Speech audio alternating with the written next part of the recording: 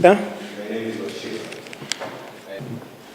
Lord, I do apologize that I did not know because I... No. For rulings, you don't have to rule. This is for the petitions. So you're properly before the court. Yes. My name is Onati. I do not bring for... Involving a matter of general public importance. We have looked at the history of the matter from the High Court to the Court of Appeal and to this court, and to the denial of leave to appeal. We have looked at the law as we understand it, the submissions as you have put before us, the cases of Hermanus Philippus Stein, Malcolm Bell versus Daniel Moi, Peter Ngoge versus Francis Ole Kaparo, and looking at the principle in the Hermanus case as well as the Awendo case, Narrow County Council versus Livingston Olentutu, as well as Isaac Tokananganto Kibebia and Isaiah Teurinto Lintari. We have come to the conclusion that this is a fit case for the leave to appeal to have been granted, and therefore the orders of the court are as follows. The motion dated 2nd April 2015 is allowed. The decision of the Court of Appeal declining leave to appeal is set aside. The matter is certified as one involving a matter of great public importance, which we have set out as being the only issue shall address the court on is whether the land subject matter of this suit was initially trust land, a public beach, or a mangrove forest protected under the Forest Act, and if it was trust land or public land, was it properly, regularly, and legally allocated to Honorable Kasim Mzandi and later to Party Limited, the applicant hearing. That is the only issue which you shall address the court on. The stay order granted by Justice Ibrahim on the 10th of April 2015 shall subsist until the appeal is heard. Costs of the application shall be in the course. This is the decision of Mwilu, Deputy Chief Justice, Judge Ibrahim, Judge Wanjala, Judge Njoki Ndongo, and myself. Affidavits, your submissions, and we have distilled two issues for determination: whether this court has jurisdiction to deal with the matter, whether the orders of stay can issue. On jurisdiction, we have considered your submissions, and we have come to the conclusion that was filed on the 25th of January 2019. At page 2, we have given a background to the proceedings before the High Court, including the initial appeal, which ended in remittance of the matter back to the High Court at Embu. We have then looked at the subsequent hearing by Lady Justice Gitari at page 3. We have then looked at the decision of the Court of Appeal of 20th December 2018. At paragraph 8 on page 4, we have summarized the grounds of appeal, which I don't need to do in substantial. We have then at page 6 looked at the submissions by the petitioner, which we have summarized into the following areas: burden of proof in electoral matters, fair trial and hearing, alleged nullity of the proceedings before the High Court, bias and discrimination against the petitioner. We have at page 9 then looked at the first and second respondents' responses on the question of burden of proof, infringement of the petitioner's right to fair hearing and trial, the nullity of the High Court proceedings, and reliance on the Lemanken Aramat versus Harun Meitami Lempaka decision, and then the question of costs. As regards submissions by the third and fourth respondents, we have looked at the question of jurisdiction, reliance on the case of Suleiman Mamlole Waraka, Nazra Ibrahim Ibren, Daniel Kimani Njehia. We have looked at their submissions on the nullity of the High Court's proceedings, the alleged infringement of the petitioner's right to fair trial and hearing, and burden of proof as well as costs. What are the issues for determination? Issue number A, whether the petitioner has properly invoked this court's jurisdiction under Article 163(4)(a) of the Constitution. Issue number 2, whether the proceedings before the High Court were nullity, and if so, what are the consequences thereof. Issue number C, whether the petitioner's right to fair hearing and trial was violated by the respective findings of the trial court and the Court of Appeal. Issue number D, which party bore the burden of proof. Issue number E, whether the Court of Appeal properly re-evaluated the evidence before it. Issue number F, whether the trial court was biased against the petitioner. Issue number G, what relief should issue.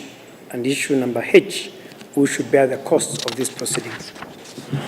On jurisdiction, we concluded, having looked at the case of Suleiman Mamlole Waraka, the case of Daniel Kimani Njehia, that looking at the petition, although the petitioner relied on Rule 9 at the body of the Rule 9 and 33 of the Supreme Court rules, we distinguished the Waraka case because in the body of the petition and in submissions, it was obvious to us that Articles 27, Articles 50, Articles 81, Articles 86, and Articles 87 were in contest before us. Specifically, we found that when the issue whether the proceedings before the High Court were nullity under Articles 87(1) and 105 of the Constitution, that matter then places the dispute squarely before the Supreme Court for interpretation of those articles that I've mentioned. The more fundamental question that came in this appeal is whether the proceedings before the High Court were nullity, and if so, what are the consequences?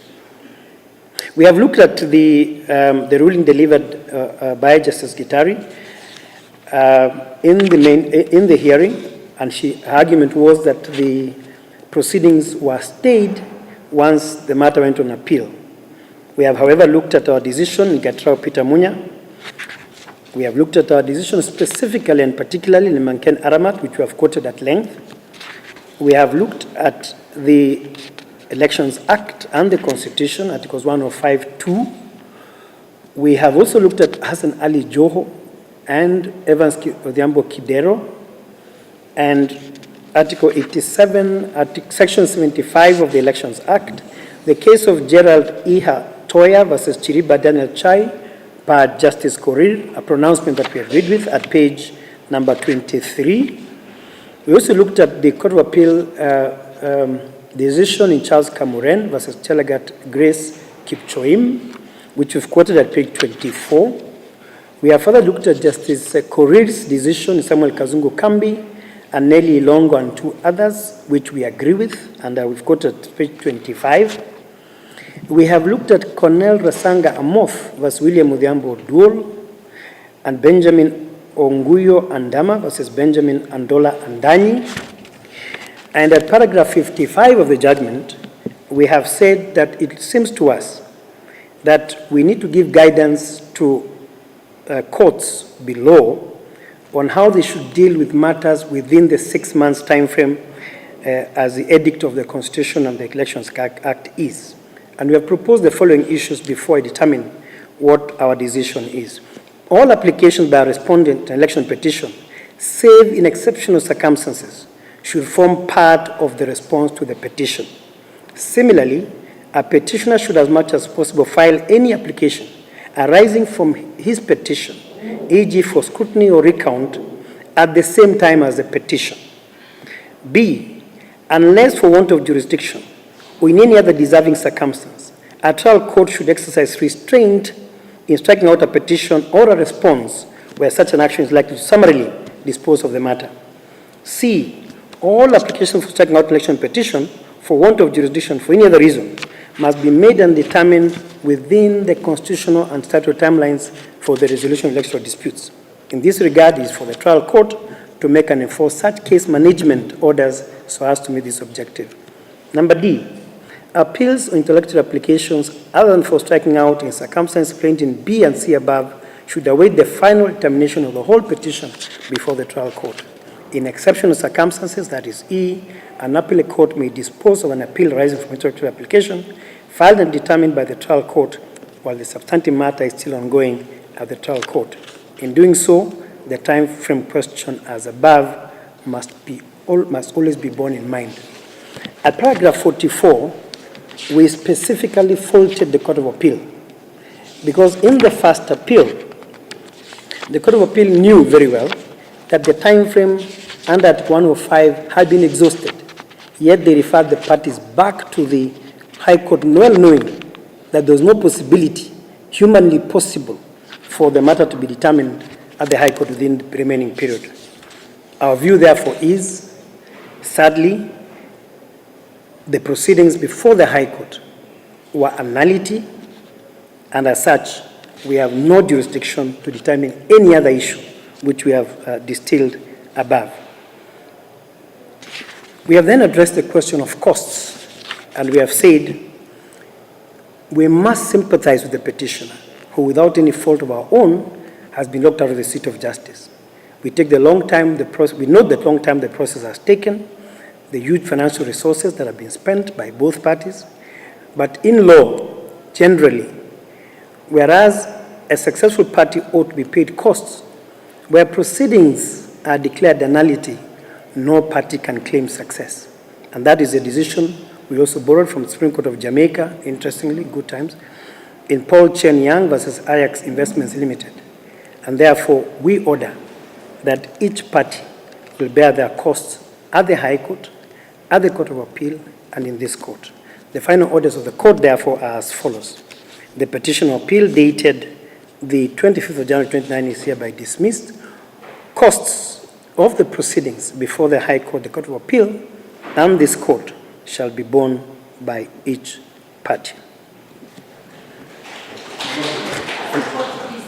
And this is the decision of the Chief Justice D.K. Maraga, M.K. Ibrahim, S.C. Wanjala, Njoki Ndongo, and myself dated today. Yes, Honorable Karua. Honorable Karua, you are on your feet. Thank you. Thank you very much and have a good day.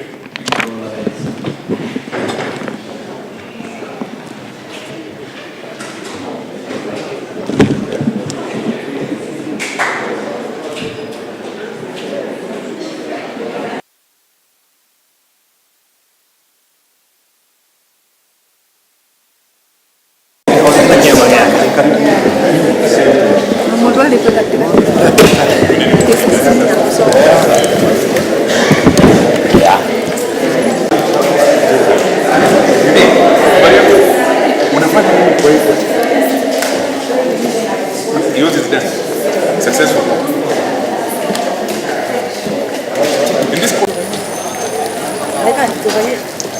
Let's jump on you again.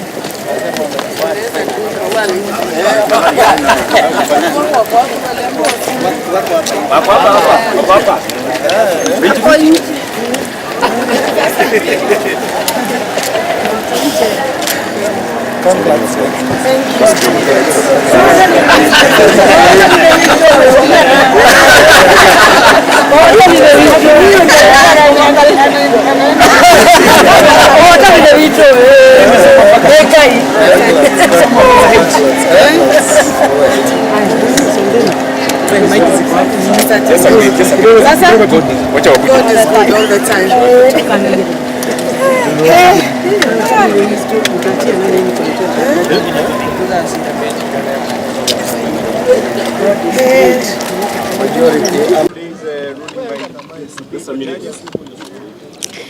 Our reaction is we are very excited. Again, we are happy. God's been on our side. I think it's been a long journey. I think we're amongst the last cases. I think the last case to be determined. And like in all other cases, we have won. And we said from the very beginning, we won this election fairly and squarely. The people of Kirinyaga put their trust in us. That has not changed. And I think when they have looked at all the circumstances, because we've gone through this process twice in the Supreme Court and all, when they have seen there was no merit in the petition, and we have been granted our win, and we're very grateful. Yeah, very happy. I think you can see it from our faces. Yeah, tired but happy. Anything to the applicant, Honorable Mother Karua? I think, as I've always said, asiyekubali kushindwa si mshindani. Kwa hivyo, I think she should accept. I think finally, I hope she puts this matter to rest. It's unfortunate that we have had to take 2 years of a court process that has costed a lot of money in terms of litigation and a lot of our time. And I hope that she'll be able to put this matter to rest and allow the Kirinyaga people to have the choice of leaders that they chose themselves. And 2022 akiona nataka kiti tukutane kwa uwanja. Do you feel maybe this case has affected your performance within the company? Absolutely not. We have a good team of lawyers who we trusted, and we spent very little time in terms of preparation on our side, apart from the usual briefings and whatever else that we needed. But it has been a distraction nonetheless. It has not affected our performance, but it has been an unnecessary distraction. Work would have been easier and smoother if it wasn't there. Yeah. Asante. Whereby justice has not only been seen to be done, but has been done. It has been a long process, but today we thank God that the confidence the people of Kirinyaga had in us has really been approved by the justice system. And we can only ask our opponent, Mother Karua, to accept that and join us as we build the Kirinyaga County. We are not people of langos and fights. We just want to tell her that akunje tufanye kazi pamoja. We have no ill motives with her. I'm sure the governor can get her something to keep her busy for the next 3 years. Yeah. Okay, I think majority. The majority. Nitasema ya kwamba siku ya leo wana Kirinyaga ni siku kubwa sana kwetu, kwa sababu pia gavana anakuanga na roho ngumu, lakini sisi pia tulikuwa pia roho zetu zinatetemeka. Tulimchagua kwa bidii na sisi zote tulikuwa tuna matumaini ya kufanyia kazi yenye anafanya. Lakini ningetaka kusema ya kwamba venye gavana amesema asiyekubali kushindwa si mshindani. Tusikae sana kwa makesi kama hii tena, na niseme pia ya kwamba kimbembacho kikivunja ni nafuu kwa mchukuzi. Wakati gavana wetu amekuwa akiteswa huku na kule, ambao walikuwa wanataka kuumizwa ni wana Kirinyaga. Hata tutarudi tena na tutasikiza wenye wanatupeleka kombo tena. Asanteni sana.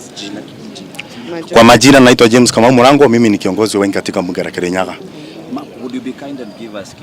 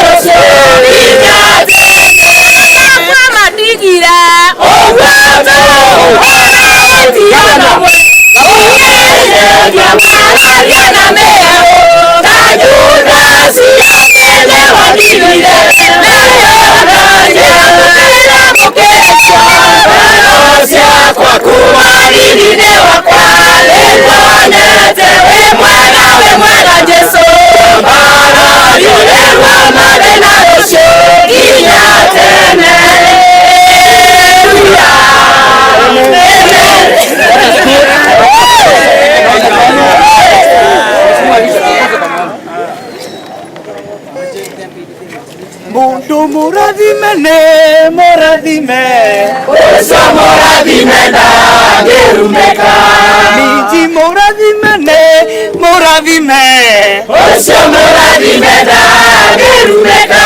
Gavana moradime,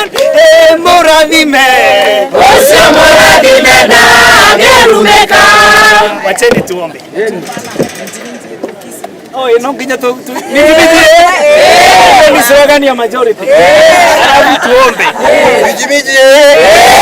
Miji ria.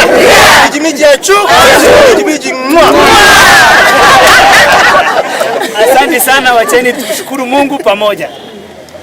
Baba, katika jina la Yesu Kristo, na wakampatia kura mingi, wakasema ndiye gavana wa Kirinyaga. Lakini ninajua kutoka hapo shetani alianza kuidana na yeye, kwa sababu kuna yule ambaye hakukumbali. Lakini ninakushukuru Jehova, kwa sababu Mungu wa gavana wetu amekuwa pamoja na yeye wakati wote, na yeye anasema anaamini Mungu na anaamini Mungu Jehova. Ninakushukuru kwa sababu gavana wetu Ani Mumbi Waiguru siku ya leo umempatia ushindi. Jehova, umempatia ushindi, na yule ambaye amebarikiwa amebarikiwa, na aliyebarikiwa hakuna wa kumlaani. Ninakushukuru kwa sababu tuko Supreme Court, na Supreme Court imesema ya kwamba uchaguzi wa Kirinyaga ulikuwa wa halali, na gavana Ani Mumbi Waiguru ndiye gavana wa Kirinyaga.